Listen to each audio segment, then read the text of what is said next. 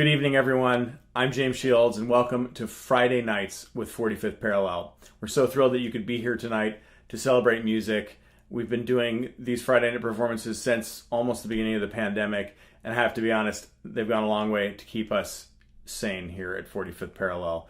Our industry, classical music, has been affected like so many others, and it's just such a thrill to be able to do what we do, to perform our instruments, to bring exciting and meaningful music to you out there.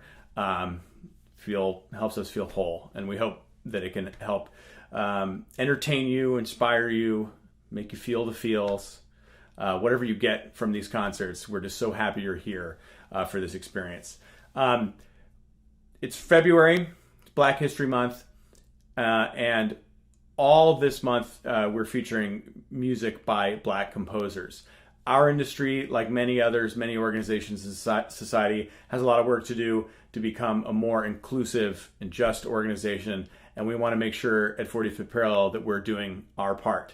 One aspect that needs improvement in American classical music more broadly, is definitely repertoire representation. And so by committing to performing Black composers this month, we hope to bring a lot of music to people that maybe they're not familiar with, works that should be standard repertoire but aren't at this point for a variety of reasons. We want to participate in trying to push back on some of those trends and bring forward music that really deserves to be heard. This first performance features a work by Samuel Coleridge-Taylor, an English composer, turn of the century romantic composer, worked for clarinet and string quartet, which in my opinion is an absolute masterpiece for the genre. Clarinet and string quartet has a couple of other notable works for that medium of chamber music. There's a quintet by Mozart, a quintet by Brahms. These are standard chamber music works for clarinetists and known to chamber music aficionados out there. The Samuel Coleridge-Taylor, in my opinion, should be right up there with those other two. I view it as kind of like a symphony for clarinet and string quartet. It's in 4 movements. It's huge in scope, has a lot of stylistic variety. It's very powerful. There's a lot packed in there, and yet it's very cohesive and it flows along. It keeps the listener's attention. Really satisfying, deep, powerful work. And I'm so thrilled we get to present it to you here. Joining me in the quartet, we have Greg Ewer and Emily Cole on violins, Charles Noble on viola, and Marilyn de Oliveira on cello. It's a really, really fabulous group, and it's going to be an exciting performance. Also on the program, we have Charles Noble and Maria Garcia on piano, playing a piece by Orozco. Charles will tell you a little bit more about that when we get started with the program. But we also have a special guest today, Hakeem Bellamy of Albuquerque, New Mexico. He's an amazing educator, writer, and poet, slam poet performer. He was the poet laureate of Albuquerque, and I've known him for many years. I'm always captivated by his performances and his writing. So thrilled that he's here. So on that note, I want to thank Ron Blessinger, Greg Ewer, the board at 45th Parallel for doing all the organizational work to make these shows possible. I want to thank Danny Rosenberg, who has provided hours and hours of help with technical aspects. He's developed his own programs to help us make these shows happen. We wouldn't be able to do it without him. Please donate if you can. Vast majority of the money goes to supporting musicians during these times. And again, we're so thrilled you're here for this performance, and we really hope you enjoy the show.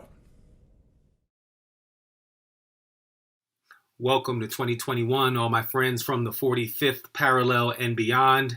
It's good to be back. Y'all had me last year during the pandemic. Hakeem Bellamy from Albuquerque, New Mexico, USA, aka the center of the universe. How about we try this over again from February and maybe have learned something in the last year we spent apart together. Happy Black History Month, and I'm thankful to be able to read a poem that I wrote a few years ago. But I think that, that's still pretty black, and it's February, so I want to share it with my friends here today. It's called Black Thing. In my garden, I grow black things. Things always subject to ripen too soon. Short-lived, so they seed young, but still bud big and strong, grow so damn fast, people mistake them for weeds. In my garden, this forest, I grow black things like candied yams and okra, watermelon and thick skin, things so sweet they attract flies and mosquitoes as they get older, police officers and white women too. He laughs when I tell him it's a black thing. In my garden, I grow laughter by the esophagus, by the thermometer. I grow afros by the pound. In my garden, we grow black things like time. We harvest it like medicine, one memory at a time. In my garden, I grow black things like the roots because we've been scared off of raising our own ever since a little boy named Billy hollered at a little boy named Emmett, pointed at a poplar and started asking innocent some honest questions like, do Negroes grow on trees?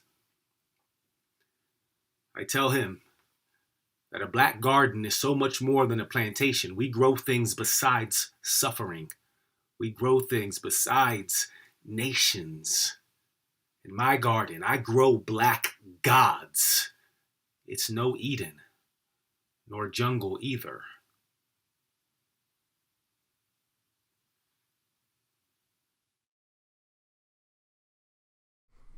Hi, I'm here to introduce the Piezas de Bolsillo by Keyla Orozco, a young Cuban composer who, as you would guess, was born in Cuba and then made her way to the Netherlands for much of her studies and now divides much of her time between the United States and Cuba.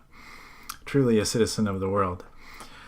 She's written this wonderful four-movement piece for viola and piano, which Maria and I have had a great time coming to grips with and learning and digging into. It's got a lot to it, and if I was going to say what I loved about it the most is that it's just got this infectious energy and all these Latin-derived melodies and rhythms, but everything is through this prism of a sort of modern viewpoint. For example, the second movement is in a 5 meter, so it feels like you're doing a dance, but one of your legs is shorter than the other, and so everything is just a little bit off, but it feels perfect. And the lovely lullaby, that's the third movement, that's based on a number of different lullabies from the 19th and 20th century in Venezuela and Cuba. Really wonderful, and the energy of the last movement is just infectious, and the tune has not left my head for a single day since I started working on it. Anyway, it's been a joy to learn these pieces, and keep your eye on Keyla Orozco. She has got a bright future and is going to have an amazing career.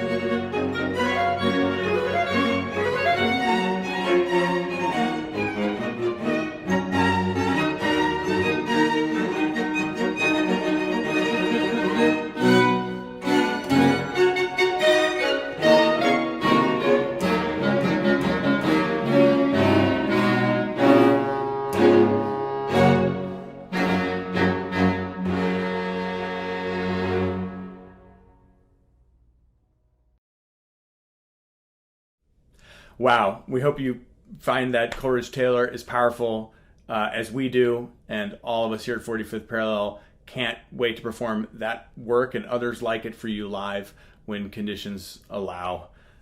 Please tune in next week. We have more works by Black composers every Friday this month, and we'll have more programming each Friday night for as long as this goes on, and who knows, maybe we'll continue with Friday night shows in person when we can at some point.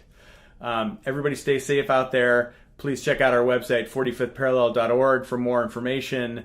And we look forward to seeing you in the future on Friday night and in person. Stay safe.